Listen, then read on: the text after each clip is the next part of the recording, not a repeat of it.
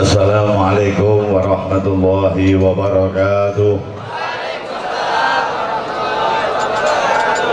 Ala kulli niyatin sholihah wa ala ma nawaw bihi salafuna salihun ajarakumullah. Al-Fatihah. A'udzu billahi minasyaitonir rajim. Bismillahirrahmanirrahim. Alhamdulillahi rabbil alamin arrahmanir rahim maliki yaumiddin. Iyyaka na'budu wa iyyaka nasta'in ihdinas siratal mustaqim siratal ladzina an'amta 'alaihim ghairil maghdubi 'alaihim waladdallin. Amin. Alhamdulillah. Alhamdulillahi rabbil alamin ilahil ma'bud. Wassalatu wassalamu ala sirri ainil wujud wa aslin nuri kulli mawjud.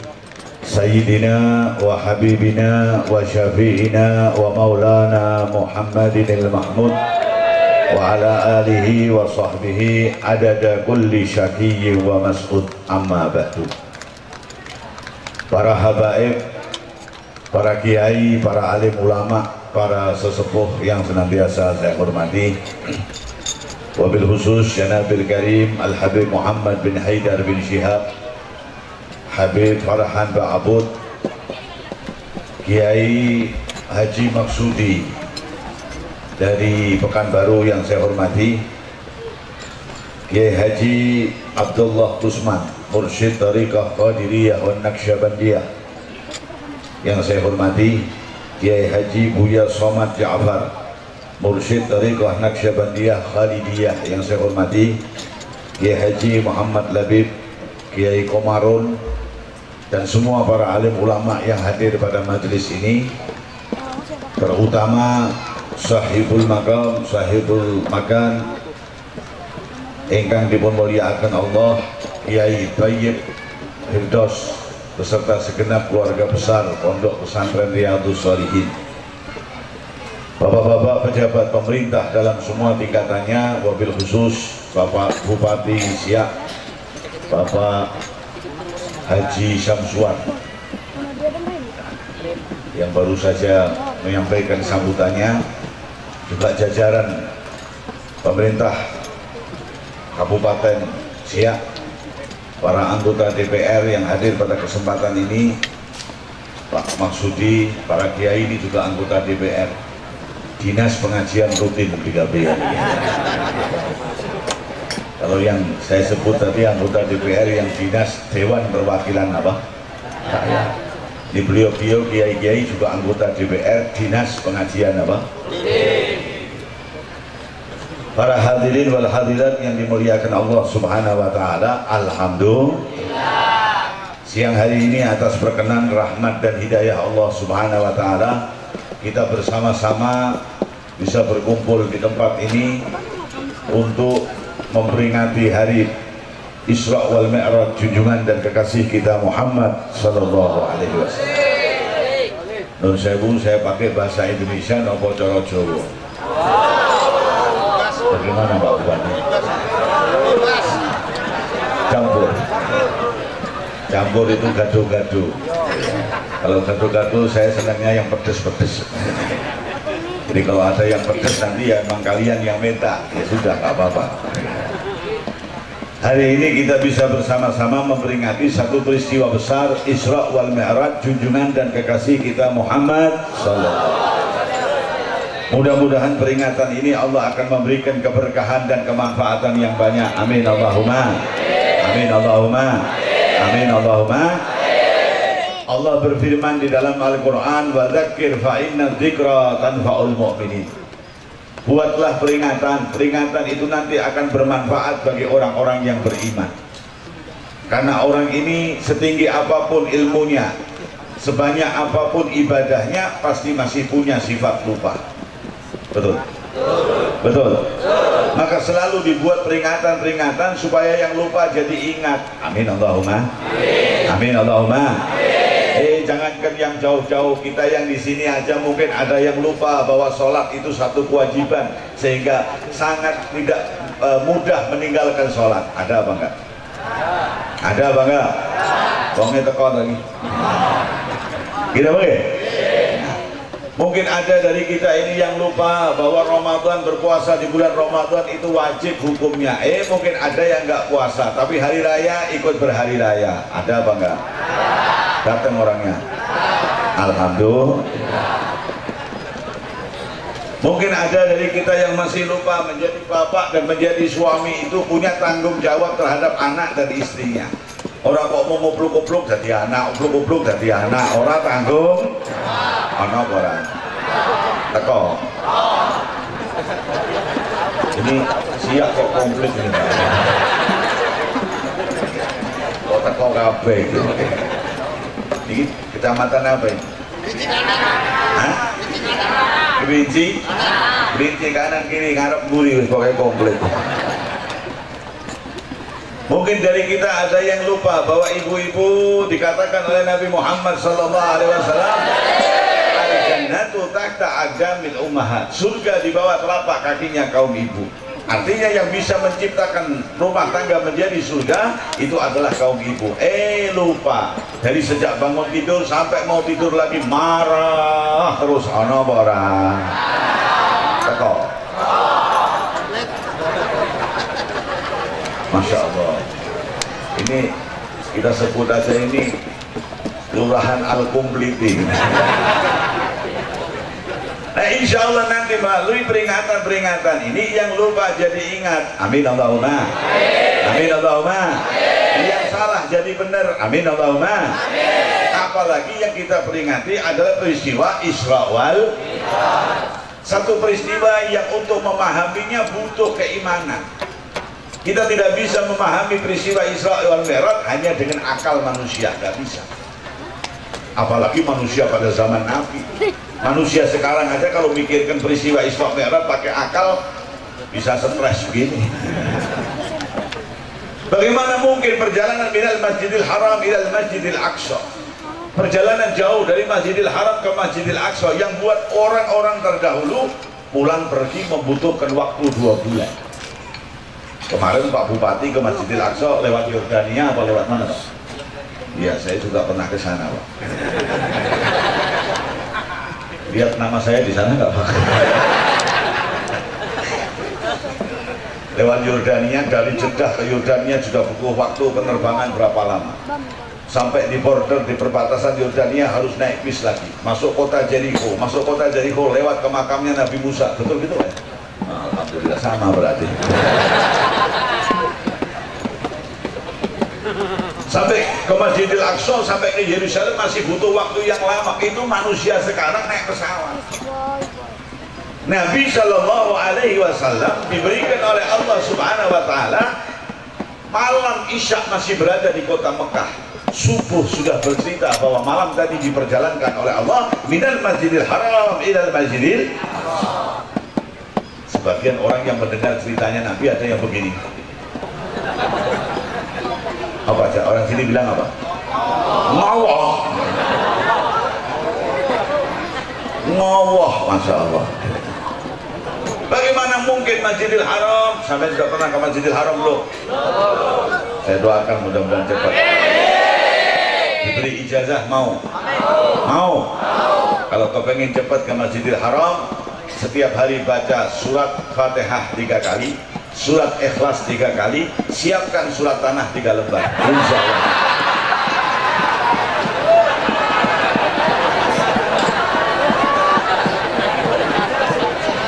Ingat-ingat surat Fatihah 3, Al-Ikhlas 3, surat tanah 3. Insya Allah cepat. Bukan hanya Masjidil Haram, sampai Masjidil Aqsa.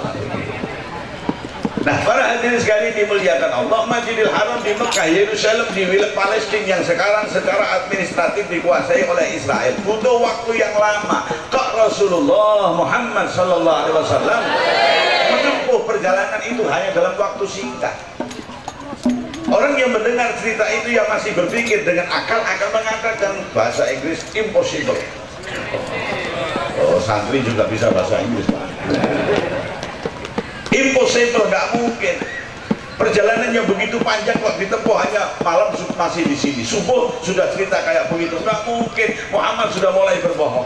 Sebagian mundur Tetapi ada yang mengatakan dengan bahasa iman, yang itu diwakili oleh Sayyidina Abu Bakar Siddiq radhiyallahu taala anhu ketika beliau mengatakan, ya Rasulullah, jangankan hanya seperti itu, lebih dari itu pun saya percaya. Kenapa? Karena engkau tidak berjalan sendiri, tetapi engkau diperjalankan oleh Allah Subhanahu. Melaku dewe karo dilakokno niku beda napa? Kalau engkau berjalan sendiri, kalau Rasulullah berjalan sendiri, pakai hukumnya manusia, 2 bulan pulang pergi. Tapi ketika Allah yang memperjalankan Rasulullah, pakai hukumnya Allah, pakai aturannya Allah. Mau 1 menit bisa, mau 1 detik bisa, mau 1/4 jam bisa, mau 1 jam bisa, mau 1 malam bisa. Wallahu ala kulli syai'in. Allah mau apapun bisa. Betul? Betul? Innama amruhu idza arada syai'an an yaqula lahu kun. Kalau Allah punya kehendak cukup mengatakan jadi maka jadilah. La mani'a lima a'taita wa la mu'tiya lima mana'ta wa la radda lima qadaita wa la yanfa'u dzal jaddi minkal jadd. Itu bacaan sering kita baca sehabis sholat. Sampai baca itu enggak? Pertanyaan saya salah. Sampai sholat enggak? Habis sholat baca itu enggak? Enggak. Banyak dari kita habis sholat ini langsung plus. Orang mengatakan lancing, salam melencing. Duduk sehabis sholat berzikir kepada Allah. Tidak ada hamba sedekat Allah kecuali dalam sujud, dan ketika dia selesai dari sholat. Habis sholat itu sangat dekatnya dengan Allah. Mohon minta apapun yang kita hajatkan kepada Allah Subhanahu. Terkadang sholat jamaahnya sudah sedikit, cuman imam sama makmum 4. Begitu habis salam yang 3 pergi, tinggal imam sama makmum 1 berzikir. Malaikat datang, nah kamu lagi. Ya Allah, laki-laki kok kamu, laki-laki kamu. Ya Allah. Habis sholat gunakan waktu untuk berzikir, membaca tasbih, membaca tahmid, membaca tahlil dan sebagainya. Ini waktu yang mustajab untuk berdoa, insyaallah. Amin Allahumma. Amin Allahumma. Amin Allahumma. La mani'a lima a'taita. Kalau Allah sudah memberikan, tidak akan ada yang bisa dan mampu untuk menghalang-halangi.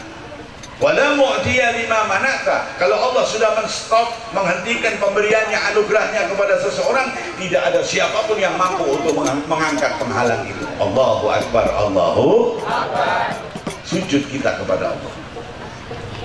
Maka kalau orang bersujud ini, akal di bawah, pikiran semuanya di bawah, telinga di bawah, mata di bawah, hidung di bawah, mulut di bawah, semua organ-organ penting kita di bawah. Malah bokong di atas.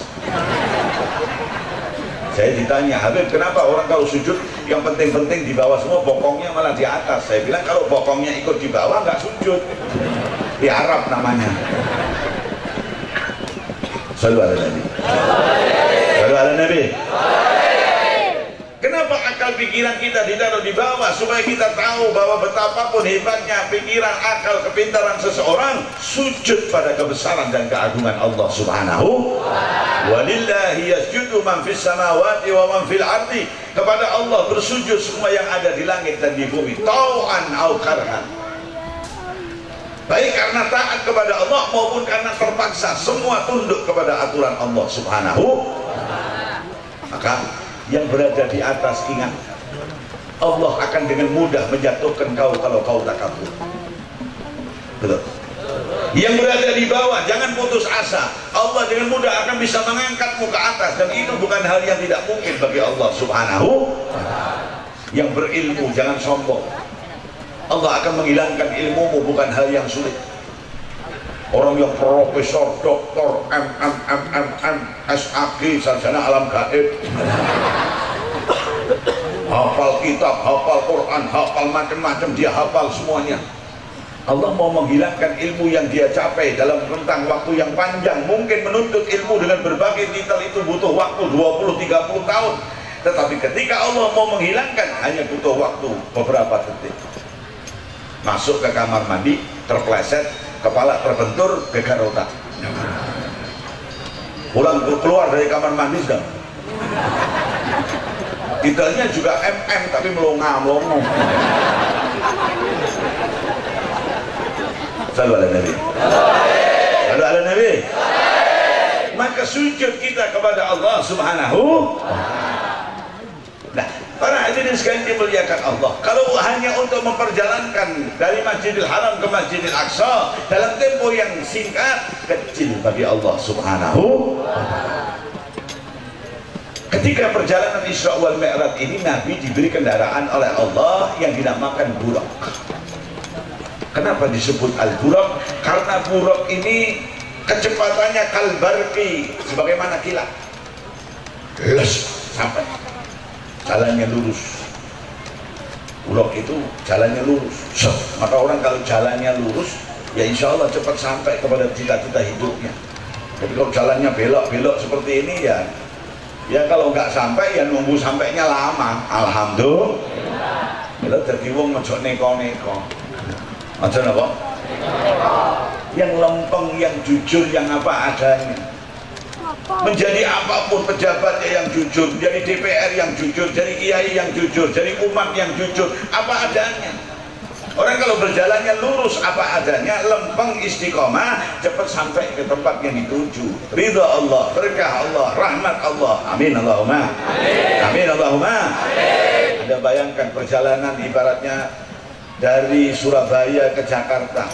Itu kalau naik mobil butuh waktu 20 jam. Karena mobil belok-belok naik gini terus. Kalau pesawat cuman begini, nok dhuwur ora ana perapatan. Betul. Kenapa bisa sampai ke tempat tujuan cepat? Karena jalannya lurus. Saya pernah ditanya begini, Habib, itu enggak, pesawat bisa cepat itu bukan karena jalannya lurus, tapi karena mesinnya cepat. Saya bilang enggak, karena jalannya lurus. Enggak, karena mesinnya yang cepat. Tuh, kalau kau tetap dengan dalilmu itu mesinnya cepat, coba jalankan di bawah yang enggak lurus. Pesawat itu jalan di bawah nggak nyampe-nyampe, nah gitu. Malah meledak di jalan. Sallu ala Nabi. Sallu ala Nabi. Maka kita berdoa kepada Allah Subhanahu wa taala minimal setiap hari 17 kali. Itu yang sholat wajib. Belum yang sholat sunnah, tahajud, duha dan sebagainya. Ihdinas siratal mustaqim. Tunjukkanlah kami jalan yang lempeng, yang lurus ya Allah. Amin Allahumma. Siratal ladzina an'amta alaihim, jalannya orang-orang yang telah Engkau karuniakan kepada mereka nikmat-Mu ya Allah. Ghairil maghdubi alaihim waladhdallin, bukan jalannya orang-orang yang Engkau murkai ya Allah. Amin Allahumma. Amin Allahumma. Amin Allahumma. Shalli wa sallim daiman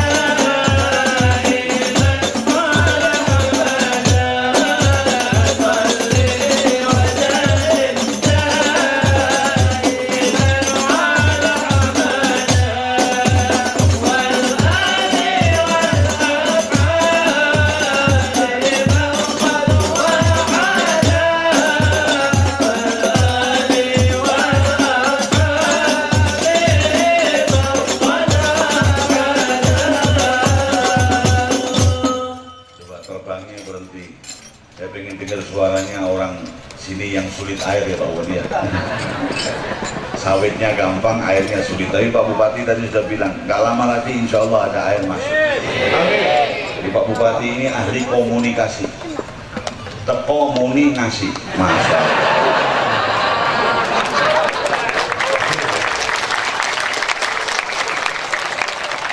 Apa komunikasi?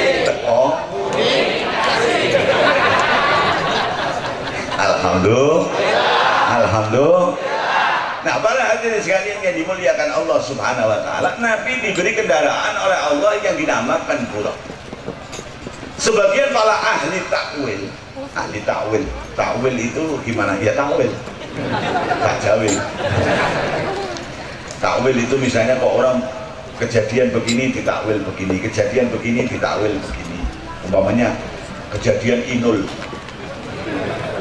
Inul itu sekali joget bokongnya itu harganya 300 juta lebih. Ketika itu orang tanya, bagaimana ini hukumnya? Oh jelas hukumnya, wanita seperti itu haram, nggak boleh. Tetapi coba, kenapa itu menjadi tren kayak begitu? Sekali joget kayak begitu. Saya ditanya, kira-kira maknanya apa itu? Insya Allah, kira-kira mudah-mudahan saya nggak salah, nggak lama lagi kita akan memasuki satu era di mana semua urusan yang ada hubungannya dengan bokong akan mahal semua.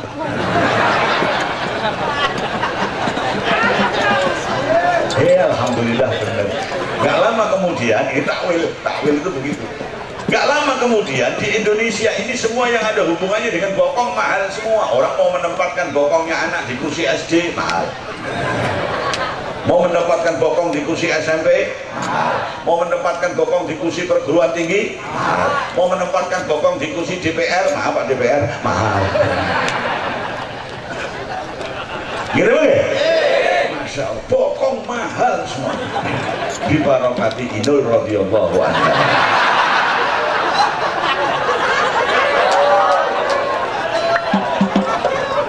Ini takwil. Gak lama setelah Inul, kita ambil yang paling pendek. Muncul lagu kemana, di mana, kemana. Ini kan lagunya orang bingung. Lagu bingung yang menyanyikan orang bingung. Ayo ting ting itu orang bingung. Ting ting itu tingak tengok.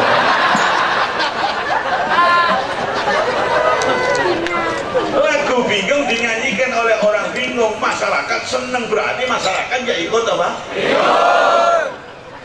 Bener, gak lama kemudian pemilu. Orang pada bingung milih mana. Partai sana punya kiai, partai sini punya kiai, partai sini punya kiai, kemana, di mana?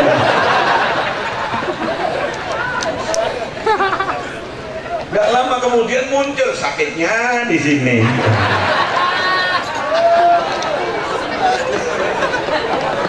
Belum? Loh, maknanya apa sakitnya di sini? Setelah dipilih-pilih, BBM naik, ini naik, itu naik, ini naik, sakitnya gitu. Masya Allah.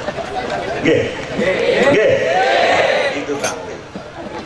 Lalu buruk ini ditakwil sebagai apa? Buruk ini ditakwil oleh para ahli hikmah sebagai ajaran Rasulullah Muhammad sallallahu alaihi wasallam. Salu ala Nabi. Salu ala Nabi. Buruk yang ditunggangi oleh Rasulullah, yang dikawal oleh malaikat Jibril, alhamdulillah minumnya datang. Cuma itu buat panas dalam, buat sakitnya di sini. Saya biasanya kalau ngaji begini kopi biasa. Ada ya alhamdulillah, nggak ada ya masya Allah.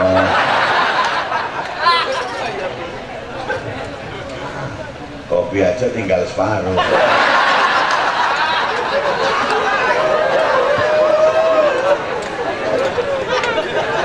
Untung ini nggak ada tawelnya ya.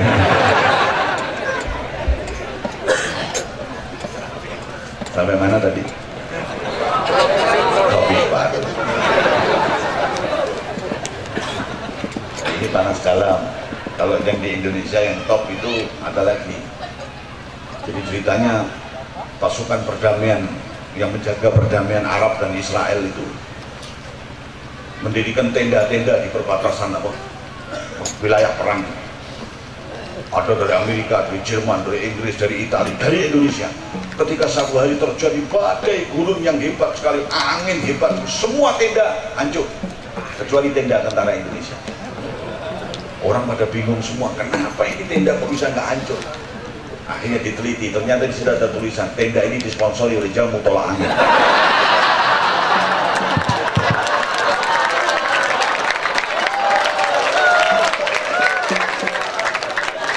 Ini wes bablas soal.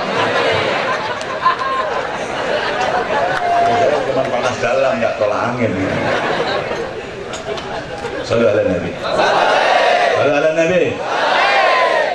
Buruk ini ditakwil yang ditunggangi dinaiki oleh Rasulullah dengan dikawal atas perintah Allah oleh malaikat Jibril sampai ke Masjidil Aqsa. Ini dimaknakan sebagai ajaran Nabi. Maka ketika kita melihat buruk ini langsung pemberian Allah, tidak ada bapaknya buruk, tidak ada ibunya buruk, dan juga tidak ada anaknya apa? Ya hanya satu itu yang Allah berikan kepada Rasulullah Muhammad. Kalau ada anak buruk saya pengen pinjem satu atau beli juga mau. Jadi nanti nggak usah tergesa-gesa ke airport naik buruk shot sampai Semarang. Tidak ada bapaknya buruk, tidak ada ibunya buruk. Nah kalau buruk ini ditafsir sebagai ajaran Rasulullah Muhammad sallallahu alaihi wasallam, dan buruk ini tidak punya bapak, tidak punya ibu, dan tidak punya anak, maka tafsirnya adalah bahwa ajaran Rasul Muhammad sallallahu alaihi wasallam adalah langsung firman, perintah, aturan dari Allah Subhanahu, bukan campuran dari berbagai hal. Kalau ada bapaknya, ada ibunya itu campuran. Sampai kok bisa jadi kayak begini ya karena campuran bapakmu sama mbokmu. Betul? Betul? Makanya anak itu kadang-kadang, maaf ya, anak itu kadang-kadang mempunyai sedikit sifat ibunya, punya sedikit sifat apa? Karena campuran. Dan kalau buruk ini dilahirkan dari perkawinan antara bapaknya buruk dan ibunya buruk, dan kemudian buruk ditafsir sebagai ajaran Rasul, maka ajaran Rasulullah ini campuran dari berbagai hal. Ajaran agama terdahulu, budaya Arab, ada ini, ada itu, bercampur jadi ajaran. Enggak. Buruk langsung diberikan oleh Allah Subhanahu wa ta'ala. Tidak ada bapak, tidak ada ibu. Berarti bukan campuran. Ada kisahnya tentang campuran ini. Seorang ilmuwan yang bernama Einstein. Einstein itu ilmuwan yang hebat, tapi jelek rupanya. Pinter tapi elek. Ada ratu kecantikan, namanya ratu kecantikan, cantik tapi goblok.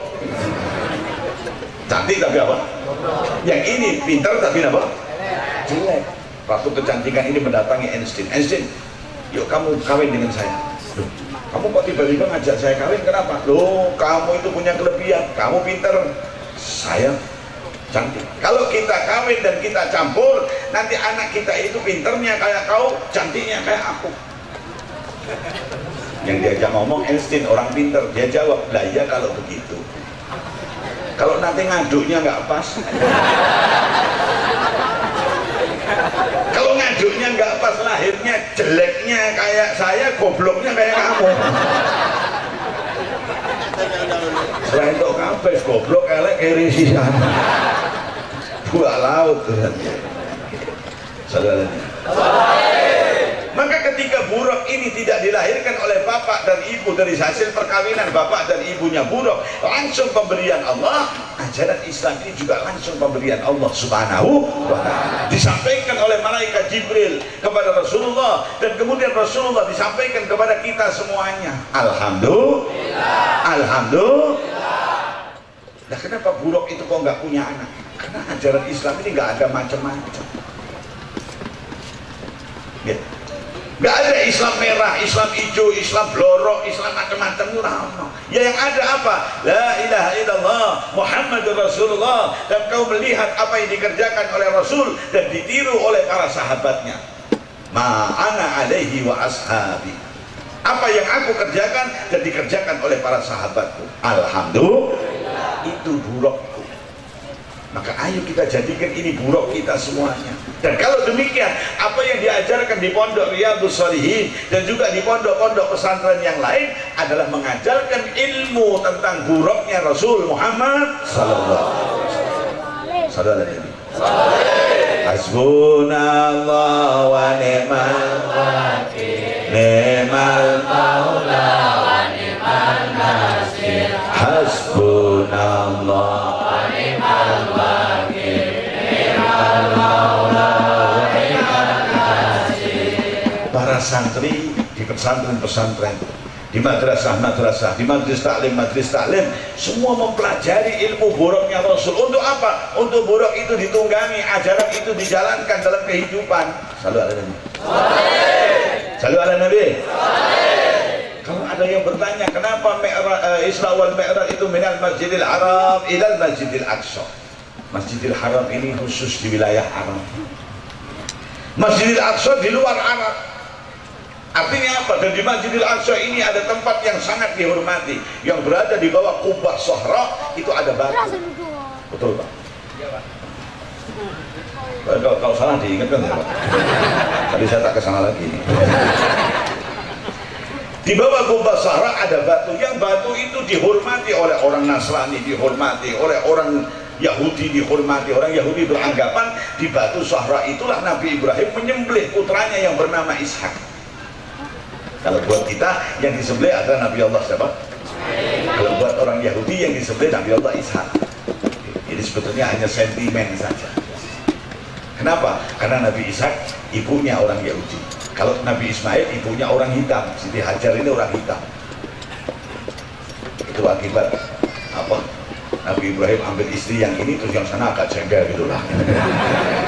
Makanya jangan main-main ya. Kayak ada ceritanya orang yang punya istri dua. Oh jangan dikira enak punya istri dua itu. Ada namanya Ahmad sama Said. Ahmad sama Said ini berlomba-lomba mana yang lebih dulu untuk datang ke masjid untuk mengerjakan sholat subuh. Masya Allah, setiap jam yang paling dulu datang itu Said. Ahmad selalu kalah. Tiba-tiba Ahmad gak kuat, tanya, Said apa rahasia yang kau bisa kuat seperti ini? Datang mesti selalu menang. Kamu dulu, saya terlambat. Karena saya punya istri dua, kata saya. Yang satu bagian membangunin saya tidur, yang satu menyiapkan pakaian, jadi saya cepat berangkat. Oh begitu. Melihat ceritanya si Said, Ahmad kepengen. Kalau begitu saya mau kawin lagi. Ahmad kawin lagi. Tiba-tiba 2 minggu kemudian, setiap Said datang, Ahmad sudah ada duluan di masjid. Selalu Said kalah terus. Sekarang yang menang siapa? Ahmad. Saya tanya sama Ahmad, Ahmad, kau sekarang kok menang terus? Iya, saya pakai resepmu. Kau punya istri dua, saya sekarang juga punya istri dua. Loh, jadi begitu? Iya. Jadi kau lebih cepat datang ke masjid? Enggak, karena saya di masjid terus diusir sama yang satu.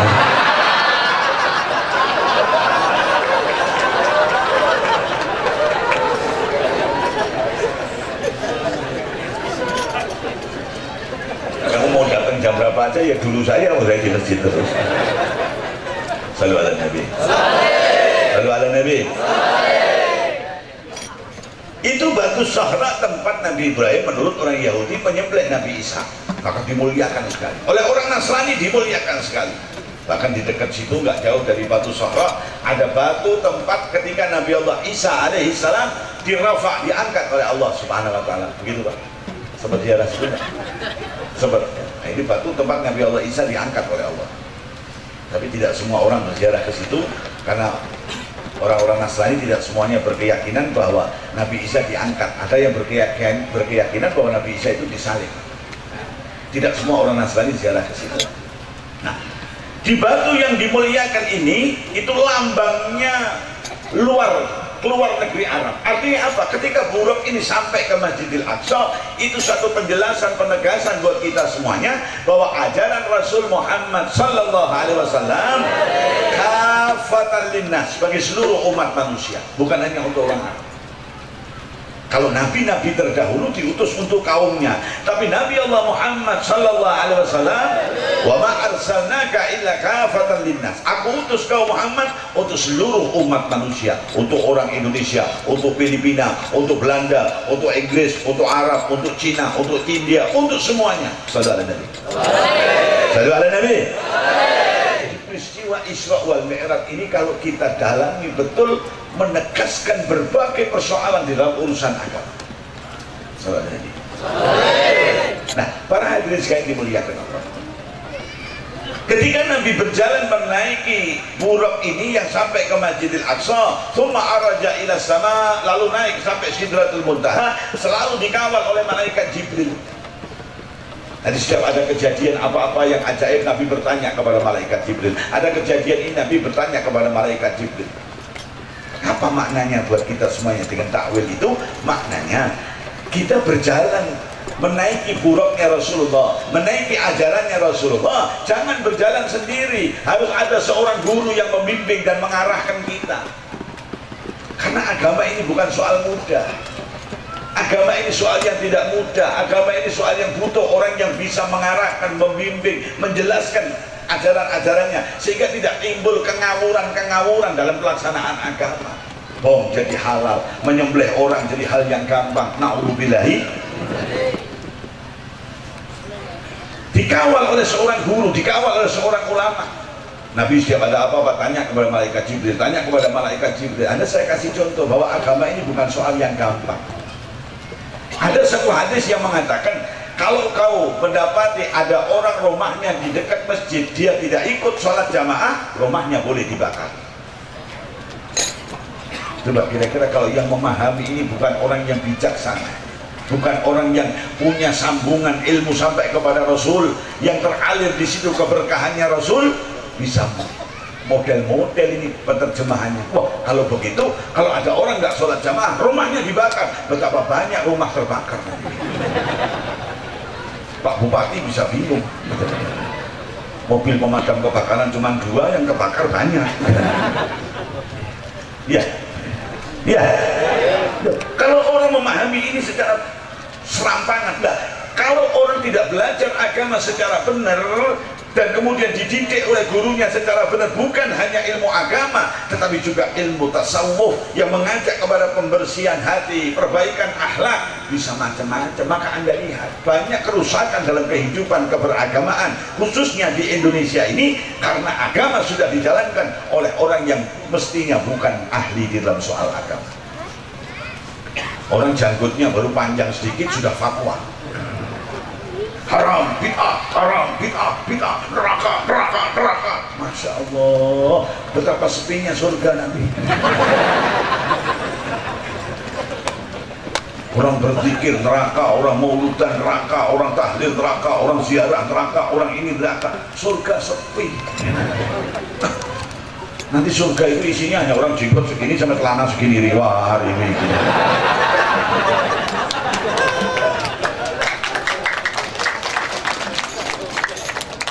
Kalau agama ini sudah dipegang oleh orang-orang yang tidak mestinya, bahaya. Karena itu dibutuhkan pendidikan, dan pendidikan urusan agama ini bukan 3 bulan kursus kemudian keluar berfatwa. Tidak 3 bulan mondok kemudian keluar berfatwa. Enggak, pendidikan dalam soal agama ini butuh waktu panjang. Para kiai ini belajar di pondok-pondok pesantren itu enggak cukup 7 tahun, 8 tahun. Ada yang 12 tahun, ada yang sekian tahun mengkaji kitab-kitab. Maka ketika agama dipegang oleh mereka, Anda lihat Indonesia tidak muncul hal-hal yang berarti dalam urusan keagamaan.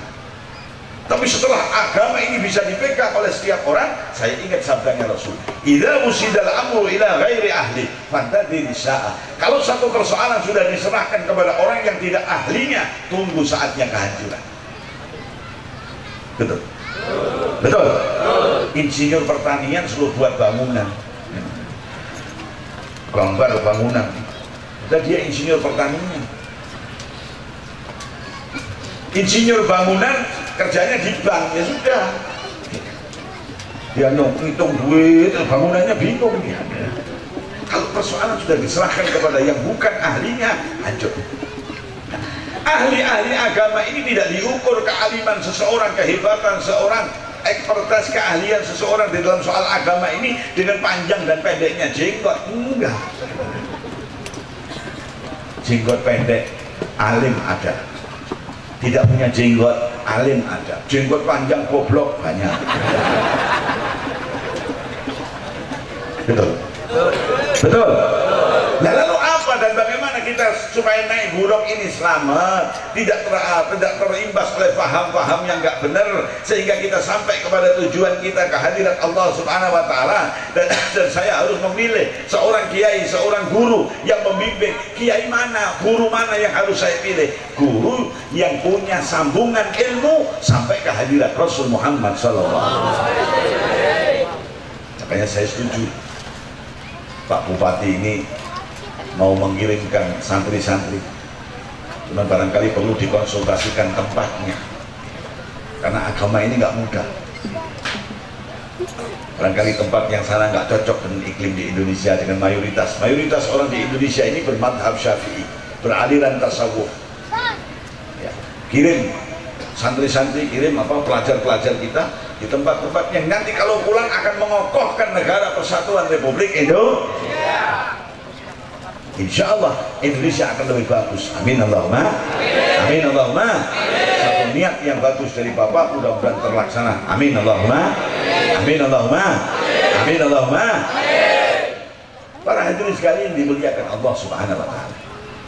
Ketersambungan sanad ilmu dari fulan, dari guru sampai ke hadirat Rasul ini bukan saja akan mengalirkan transformasi memindahkan ilmu, tetapi juga keberkahan dan cahayanya Rasul Shallallahu Alaihi Wasallam. Ini yang membuat masyarakat itu tenang. Ini yang membuat orang itu bijaksana. Karena banyak orang pintar tapi nggak bijaksana. Mau minum jamu aja yang bejo, yang pintar minum ini. Oh minum jamu aja kok nunggu pintar. Betul. Nah, karena itu Anda yang belajar ilmu buruknya Nabi Shallallahu Alaihi Wasallam, ayo betul-betul didalami untuk kemudian diabdikan kepada kepentingan masyarakat agar masyarakatnya tentram, adem, insya Allah, dan menjadi orang-orang yang benar. Amin Allahumma. Amin Allahumma. Amin Allahumma. Nah, para hadirin, ketika buruk ini kok digambarkan punya dua sayap, apa maknanya? Sekali lagi ini takwil. Kejadian benar buruk itu ada, kita mengimani, tetapi ini kita takwil. Kok buruk ini punya dua sayap? Ya memang ajaran Islam, ajaran Rasul Muhammad Sallallahu Alaihi Wasallam itu punya dua sayap, punya dua dimensi. Hablun minallah wa hablun. Makanya orang yang dikatakan orang yang baik, orang yang dikatakan orang yang soleh, itu bukan hanya yang kepada Allah dia bersujud cukup, keliru. Ada orang yang bersujud ibadahnya kepada Allah istimewa, tapi akhlaknya kepada sesama nggak baik. Atau sebaliknya, ada orang yang kepada sesama dia baik, orangnya sopan, orangnya dermawan, orangnya masya Allah, tetapi nggak sholat. Kalau dipanggil untuk sholat, ayo kamu sholat. Yang penting sama orang baik, sholat itu nggak penting. Malah buat madhab baru. Ada nggak gitu? Ono berapa? Teko. Teko. Sini. Ya putih semua. Masya Allah. Ada yang sholatnya baik, ibadahnya baik, tetapi akhlak kepada sesama nggak baik. Wah, ibadahnya masya Allah.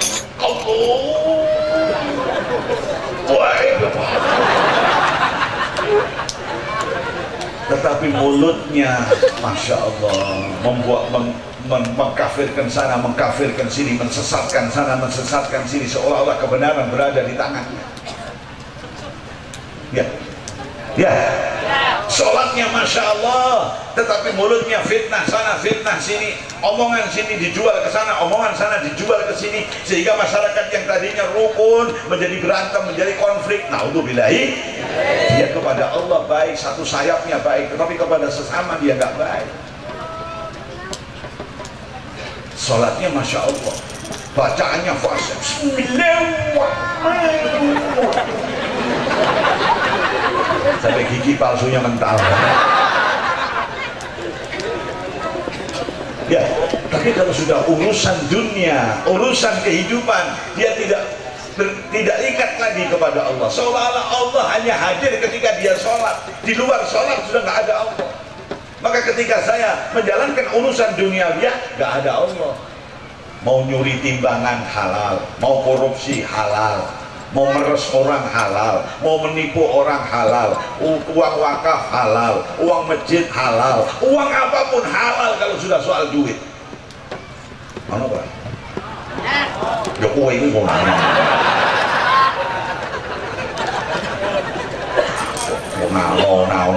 No.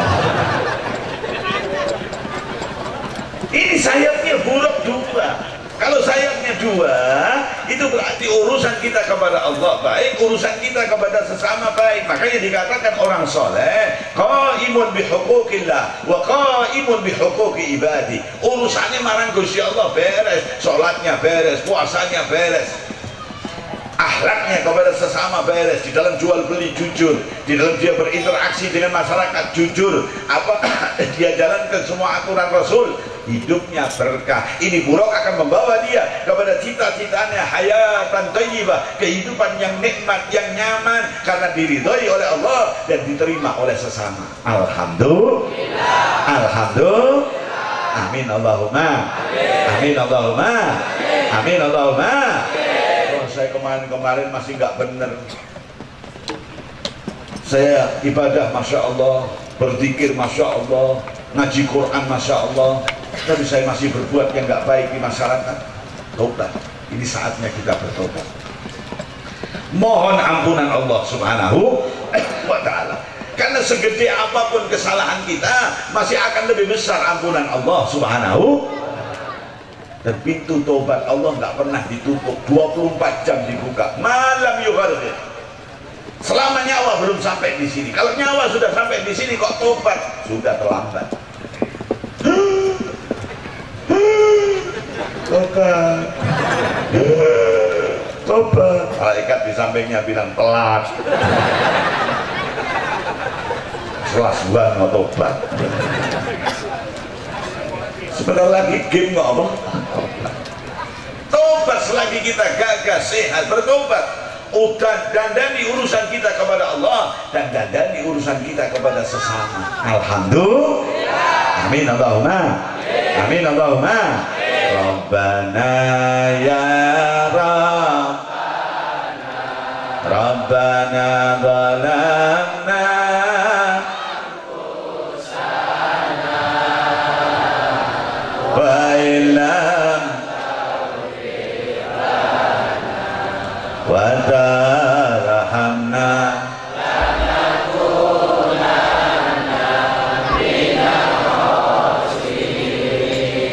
sudah makan belum? Belum pantas. Kalau belum makan pantas. Ini kok mau berjuang menata masyarakat, berjuang melawan hawa nafsunya. Kira-kira kalau perang kemerdekaan pahlawannya kayak sampean-sampean, yakin Indonesia belum merdeka? Yakin. Perang itu Allahu Akbar, merdeka. Merdeka. Tembak londo dul. Ayo diulangi. Rabbana ya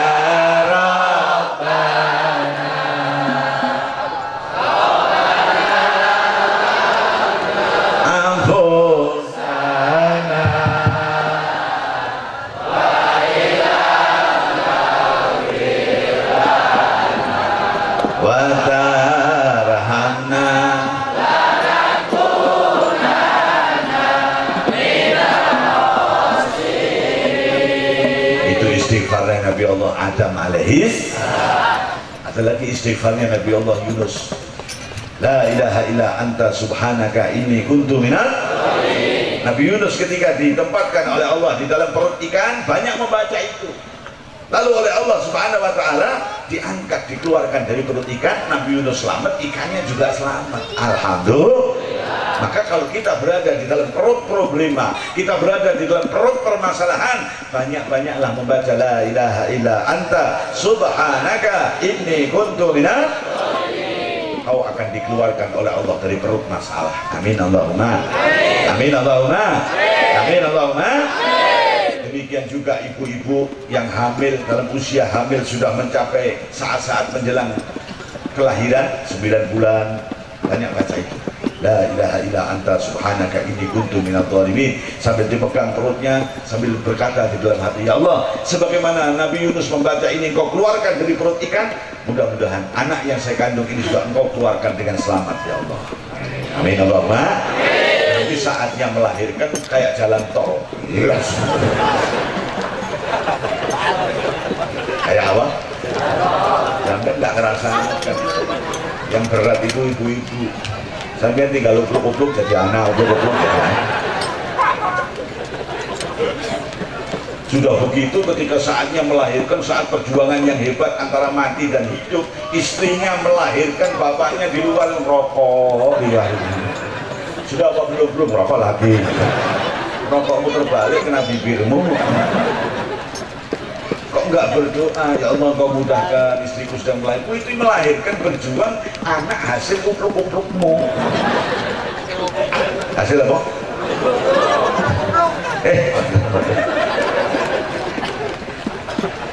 Nah, para hadirin sekalian yang dimuliakan Allah Subhanahu wa taala, tekan apa mau? Istighfarnya Nabi Allah Yunus alaihis, dan kita harus banyak membaca istighfar. Nabi sendiri sallallahu alaihi wasallam, beliau mengatakan, wa inni la astaghfirullah fil yaum aksar min mi'ati marrah. Saya setiap hari beristighfar lebih dari 100 kali. Nabi nggak punya dosa, masih beristighfar 100 apa? Nah, kalau bandingannya dengan kita, terus kita berapa kali? Yang nggak punya dosa 100, dan sampean harusnya berapa? 1 juta kali sampean. Masya Allah. Artinya apa? Betapa pentingnya kita membaca istighfar, mohon ampunan Allah, dan kemudian bertekad merubah diri kita dari yang nggak benar jadi apa? Amin Allahumma. Amin Allahumma. Amin Allahumma. Dari hamba Allah yang nggak benar jadi hamba Allah yang benar. Dari abdi hamba warga masyarakat yang nggak benar jadi warga masyarakat yang benar. Amin Allahumma. Teguh prinsip kita, tidak ke kanan, tidak ke kiri. Nabi bersabda di dalam satu hadis, la yakun minkum imma'ah. Janganlah kau menjadi generasi yang ikut-ikutan, angin ke kanan ikut ke kanan, angin ke kiri ikut ke kiri. Jangan. Nabi tidak mengajarkan yang demikian. Selalu ada Nabi. Selalu ada Nabi. Nabi mengajarkan supaya kita jadi generasi yang punya prinsip. La yakun imma'ah bi antaqulu in ahsanun nas ahsantu wa in asa'u asa'tu. Kalau manusia baik, saya ikut jadi baik. Lagi musimnya mauludan, saya ikut mauludan. Jangan, punya prinsip, tahu bahwa maulid itu penting. Dan kalau ada orang yang ketika maulid ini dibaca, dia banyak mulut, ada nggak? Ada sekarang ini. Ya, makanya maulid itu macam-macam. Dan semua maulid itu bagus, dibuat berjanji semua, itu bagus semuanya. Yang jelek itu orang yang ketika maulid dibaca, dia banyak mulut. Ketika orang begitu, jangan ikut-ikutan. Saya punya prinsip, saya punya orang yang bisa membimbing saya. Tanya saya kepada kiai saya, insya Allah kau terbimbing, terarah hidupmu. Amin Allahumma. Amin Allahumma. Maka menjadi umat jangan segan-segan bertanya kepada para ulama. Dalam urusan syariat, buruknya Nabi. Dalam urusan ketika Nabi ini mi'raj sampai ke hadirat Allah Subhanahu wa taala, ini ditafsir sebagai apa? Dalam urusan kitab syariat, ajaran sholat, wudhu dan sebagainya, ajaran ibadah, kita mengikuti syariat Rasul. Dibimbing oleh guru dalam soal thariqah.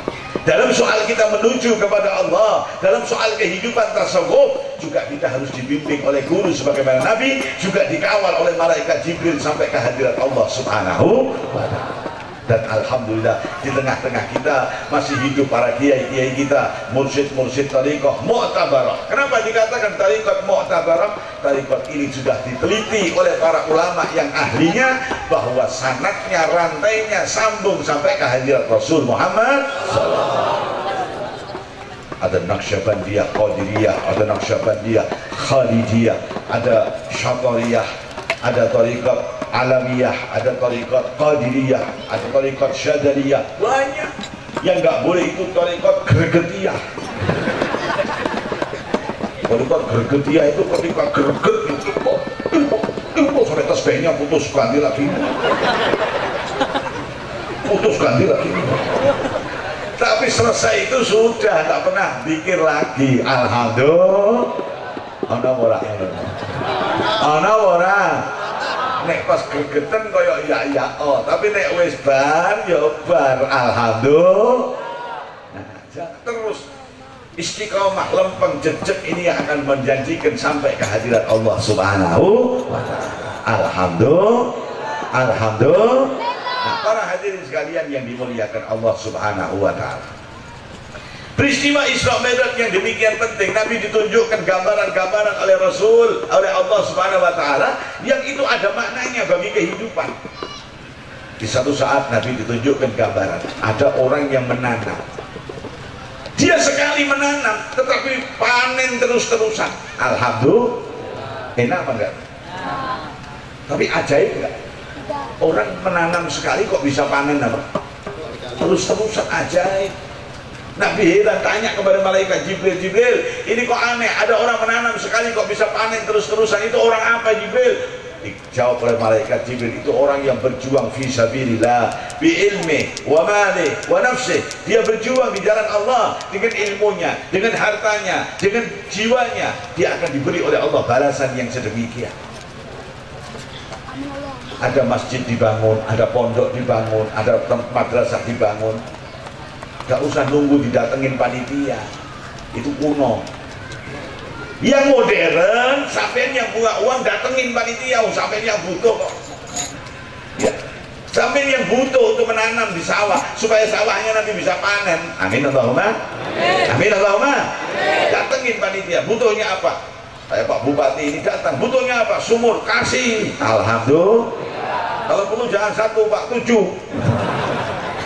Biar santri-santri tiap jam mandi terus. Datangin panitia, oh butuh keramik, butuh batu bata, butuh semen, butuh ini, butuh itu, sampai menanam sekali. Tapi nanti ketika tempat itu dijadikan untuk tempat belajar, tempat ibadah, tempat zikir, sampai terus memanen terus. Alhamdulillah. Amin Allahumma. Amin Allahumma. Yang dengan ilmunya seperti para kiai, para ulama, para kiai Thayyib dan para asatidz di Pondok Riyadhus Shalihin dan semua para kiai dan ulama, dia mengajarkan satu ilmu. Ilmu itu dipakai oleh santri yang belajar, dia mendapatkan pahala. Ilmu itu diajarkan oleh santri kepada orang lain, dia tetap mendapatkan pahala. Terus mengalir terus, menanam sekali tetapi panen terus-terusan. Alhamdulillah. Alhamdulillah. Diberi gambaran begini ini supaya kita ketika naik buruknya Rasul membenahi kehidupan kita, hubungan dengan Allah dan membenahi hubungan dengan sesama, kita beramal yang soleh, kita menanam di mana-mana supaya nanti di mana-mana juga kita panen. Amin Allahumma. Amin Allahumma. Amin Allahumma. Masya Allah. Lewat lagi ditunjukkan gambaran lagi. Ada seorang laki-laki, di depannya ada piring yang berisi daging yang sehat, yang enak. Di sampingnya lagi ada piring berisi daging yang busuk. Sudah keluar apanya? Belatung. Yang dimakan malah yang busuk. Daging yang sehat gak dimakan. Heran Rasulullah, ya Jibril, itu orang kok aneh. Orang mana itu? Mungkin orang Syiah mungkin. Kok aneh sekali orang itu, daging yang baik tidak disenggol, malah daging yang busuk disenggol.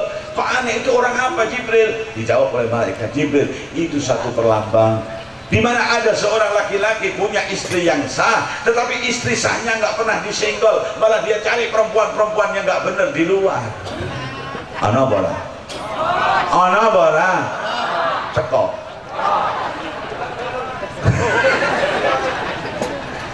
Naudzubillahi. Kita sudah diberi gambaran penyakit-penyakit masyarakat yang kayak begitu.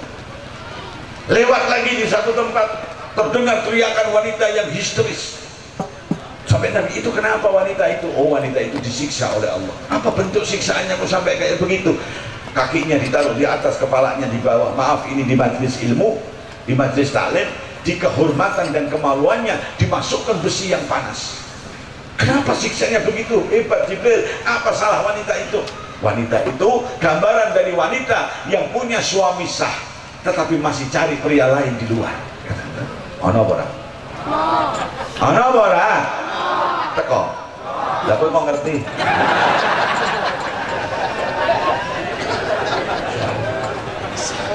Lah kenapa gambaran-gambaran ini diberikan oleh Allah kepada Nabi Muhammad dan kemudian diceritakan, ini gambaran penyakit-penyakit. Yang tadi gambaran bagaimana kita harus beramal soleh, kita memacu dan memicu diri kita untuk bisa beramal yang soleh. Sementara gambaran yang nggak baik ini supaya kita bisa mengimunisasi diri.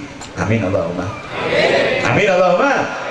Ditunjukkan yang kayak demikian supaya kita bisa mengimunisasi diri sehingga kebal terhadap virus-virus yang kayak begitu. Amin Allahumma.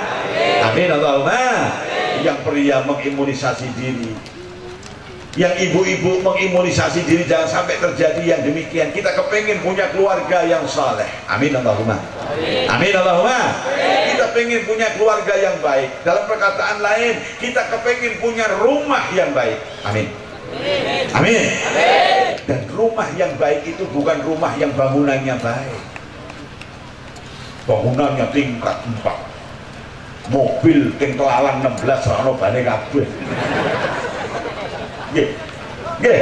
Rumahnya begitu hebat, tetapi penghuni rumah itu bukan orang baik, itu rumah jelek. Rumah apa? Walaupun bangunannya bagus, tetapi penghuninya bukan orang-orang baik, itu rumah apa? Jelek. Walaupun rumah sederhana, tetapi yang berada di dalam rumah itu bapak gena, mbok gena, anak gena, itu rumah baik. Bingung gak, Bu? Konsepnya harus dirubah. Karena orang menganggap rumah baik itu yang bangunan baik, maka orang berlomba-lomba membangun rumah baik. Kadang dengan cara yang nggak benar, yang penting rumahnya apa? Keliru. Kita harus mati-matian berjuang untuk menjadikan penghuni rumah ini orang-orang baik. Amin. Amin. Bapaknya menata istrinya supaya baik, bapak ibunya menata anak-anaknya supaya baik. Itu rumahmu adalah rumah yang terbaik. Alhamdulillah. Alhamdulillah. Rumahnya tingkat 4, tapi bapaknya pergi berapa hari nggak tahu kemana, ibunya kemana nggak ngerti, anaknya yang laki pulang jam